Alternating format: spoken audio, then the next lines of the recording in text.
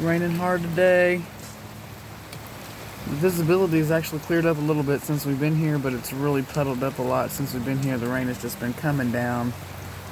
It's kind of the rain before the snow. We're supposed to get snow tonight, so needless to say, we're not watering today, but yeah, everybody else is getting plenty of water.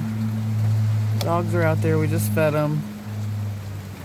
I think that's just Addie out there with them. Yeah. Or no, that's Axel, I think. Axel. The cows are finishing what's in the troughs over here. And then I think the rest of the dogs are up finishing their dinner. So it's a wet one.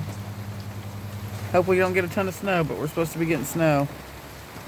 So we'll see how it goes.